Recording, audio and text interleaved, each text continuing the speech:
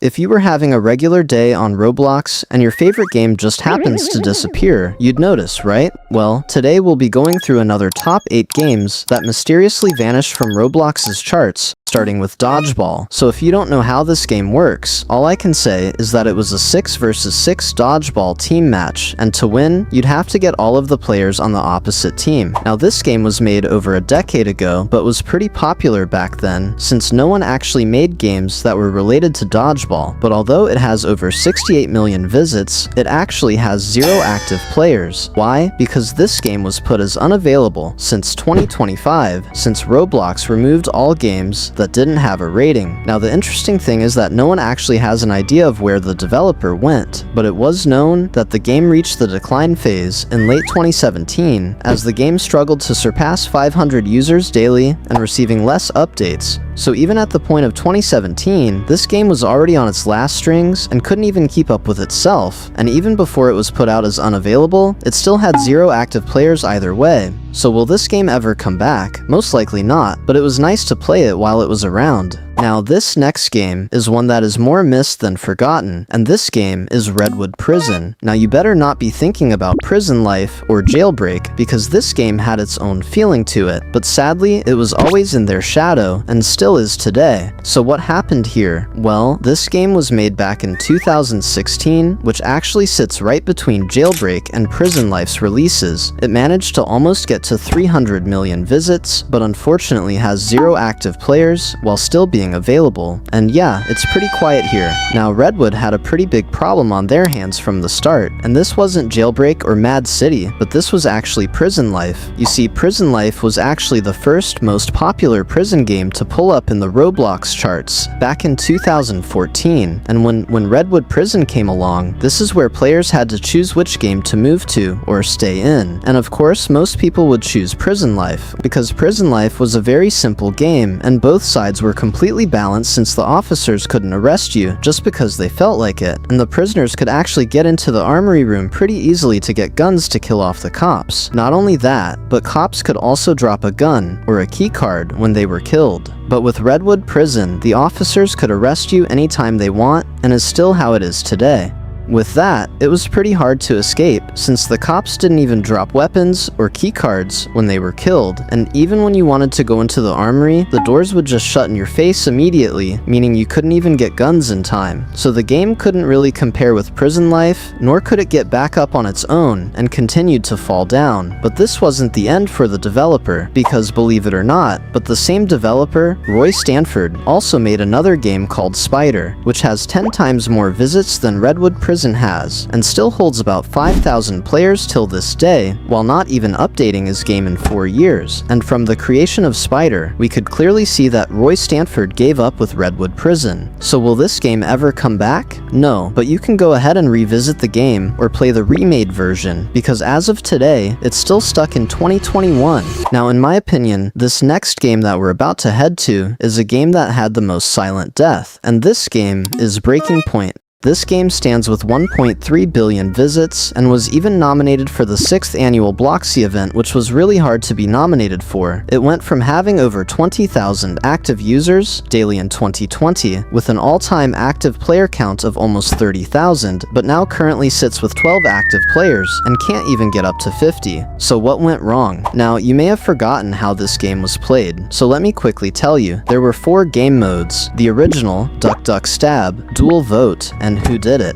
Now the interesting thing here is that when you go into the game and you're picked to fight off your opponent, the weapons do not work at all, and you can't throw the knife to your opponent. So when the timer runs out, both players just end up losing. I mean, I even asked if the game was broken, and this guy said he didn't know, while another guy said yes. And yes, it is completely broken, because this game hasn't even been touched since 2019, and Roblox's mechanics have completely took a turn from how it was back then. Now this is because of the disappearance of the developer, and no one knows where he went. Like how this fan says he clicked on Blue Cage's profile and saw he has not been online in 2 years, and this Reddit post was published 4 years ago, but till this day, he hasn't actually returned. And make sure to not get your head mixed up with Breaking Point 2. because this is just a complete copy of the original Breaking Point. I mean, if we look at who it's made by, it says Paradox 2 instead of Paradox, and the owner's name is Red Cage instead of Blue Cage, so it's just a complete ripoff of the original, but it still leaves us with the question of what happened to the real developer. Some say that he found other stuff to do, or just got wrapped up in college, while others say he probably moved on from Roblox, or just moved to another account, but either way, we still don't know the real reason, as this game still remains in 2019.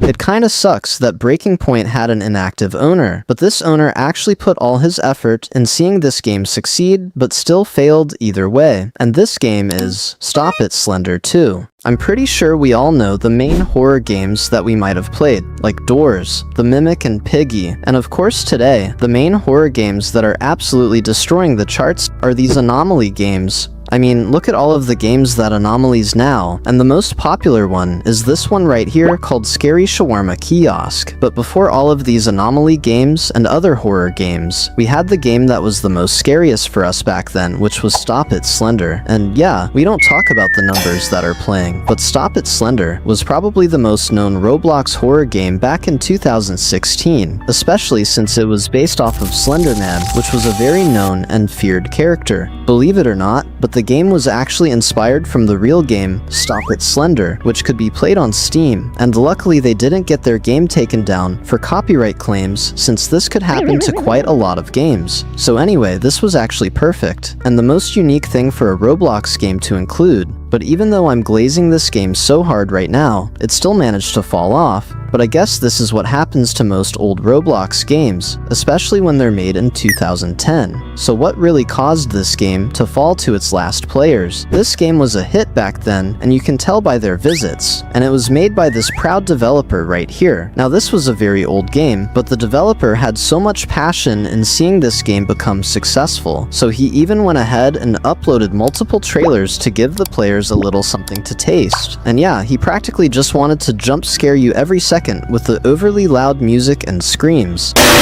The video also ended up getting over 1 million views, which was pretty hard to get in 2014, and even Roblox themselves made a video review on the game too. So yes, everyone was pretty excited to finally get a taste of a real Roblox horror game instead of goofy figures chasing you down a random dimension, and with this, the game was already up on the OG charts. Now in 2015, this is where things began to change a little. The developer wanted to upgrade the game and started getting to work with a massive update, and instead of making the big update another game, he renamed the title to Stop It Slender 2. This is where the game started to blow up from how big the update was. And you know your game's doing too good when even the OG YouTubers start making gameplay videos of it. These videos from these big content creators also pushed out their game to get more attention, and their updates just kept going on and on and on. But I won't get too into it because this is mainly just about their downfall, but for now let's just say that their game got players that were exceedingly high, but of course that didn't stay forever, because as time went on and landed at 2018, the game had already disappeared from the charts. Now the saddest part about this is that the developer literally kept on trying to push out more and more updates, but it's almost like as much as he tried, no one really cared and moved on either way. I mean, I bet he couldn't even renamed it Stop It Slender 3, and players still wouldn't even notice. And sadly, the game finally just became a memory that comes back to us every once in a while. I mean, he still hasn't even fully abandoned the game since the last update was still in this year, but it will most likely not make a comeback. And this game perfectly proves of no matter how hard you try,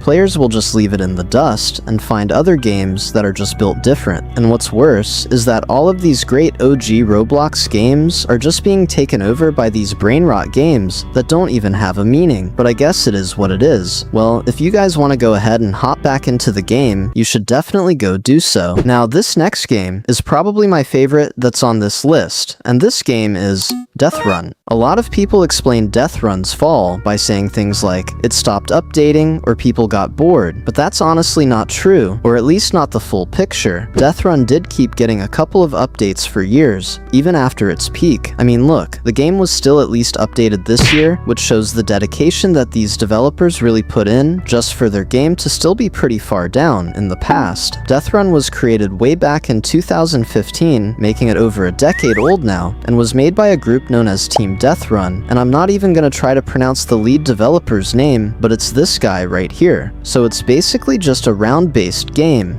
Each match picks one player to be the killer, and the rest are runners trying to make it through a map full of traps without dying. Once a runner finishes the course, they teleport back and get a weapon to go try to take down the killer before time runs out, which is honestly a very unique idea for a game even till now. At its peak, Deathrun really popped off. The highest number of players online at the same time was 9,880 players, and that was recorded on April 7th, 2020, which is great for a game that's been around for a while. And you guys probably never ever noticed this, but it was even Roblox's front cover for the mobile app back in 2017 to 2018, which was literally Roblox's prime, which showed how popular this game really was. But if we look at how it's doing today, it can't even reach up to 70 players and usually sits on about 20 active players. You see, Deathrun has what you'd call a population cliff, and if you don't know what that means, it basically means that Deathrun is at its best when a server is packed. Since traps go off, people panic, and it feels a lot more unpredictable. But when servers are nearly empty, it just feels slow and bland, and that makes people drop off quickly. And surely if you were playing it, you would have noticed the same thing. But of course, the developers didn't just sit there and do nothing. They still tried to push out seasonal updates and stuff, but it was already too late because everyone already left. So sadly, Deathrun ended up running to their death. Now, before Blockspin we had the hood, and before the hood we had the streets. Back in its prime, this game was literally the main Roblox hood game. If you wanted to play a hood game on Roblox, you'd instantly think of this game.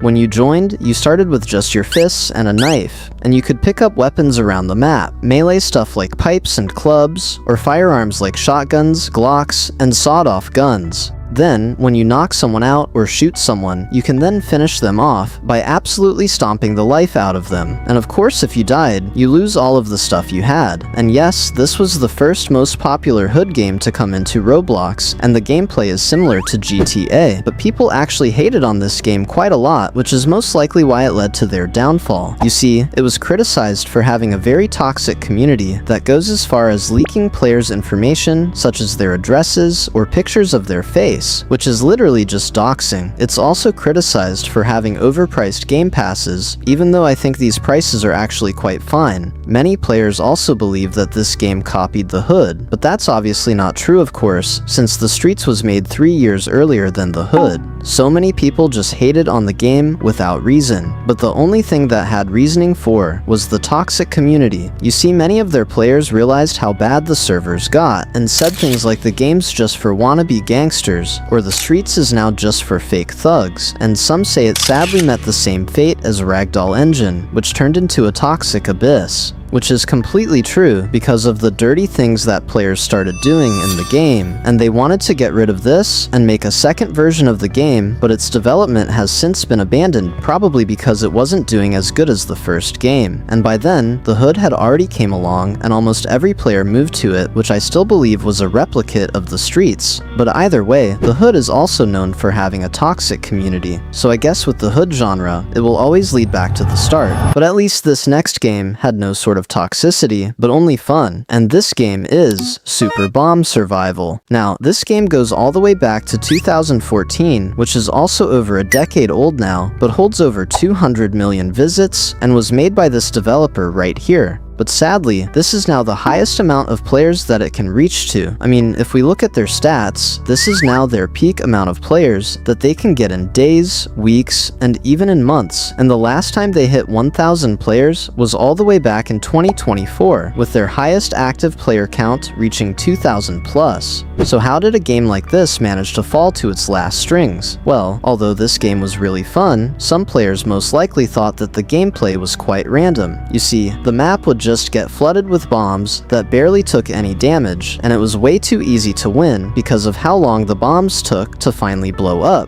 Each bomb would take at least 10 seconds, or a lot more, to actually blow up, so the gameplay was unpredictable because you didn't know where the bombs would drop, but also very predictable because you know each bomb takes a decade to blow up. And it wasn't only this, but because of all of the effects before and after the bombs explode, it caused the game to have insane lag. I mean, during its active stage, players recorded gameplay of how laggy it actually was, which made it almost unplayable for many users. So this game may have looked fun, but never stood a chance around simpler games like Natural Disasters, which stayed on the charts for their simplicity, whereas Super Bomb Survival fell off the charts for their complexity. Now this last game is definitely the most nostalgic looking thumbnail and map that's in this video, and this final game is the Plaza.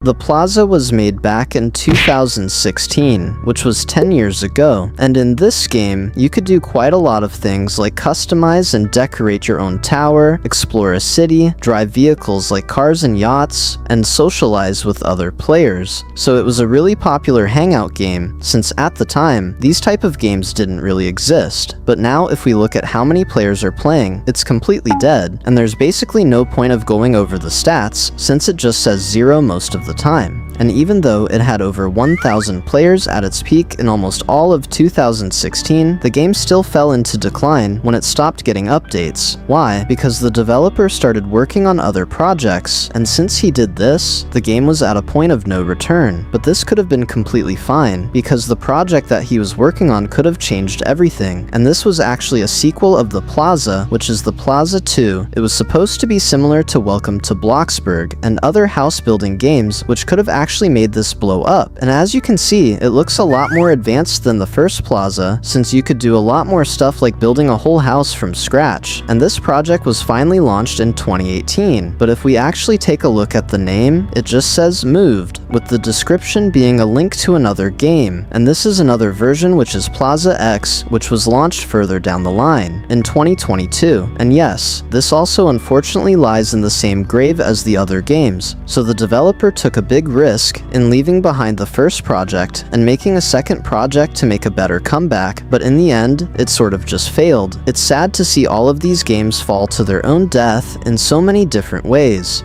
and you guys should definitely go ahead and revisit some of these games from the past. If you guys liked this video, please do like and subscribe, as I put a lot of effort into these videos, and if I missed anything, feel free to let me know in the comments. And with that being said, I'll see you guys in the next one.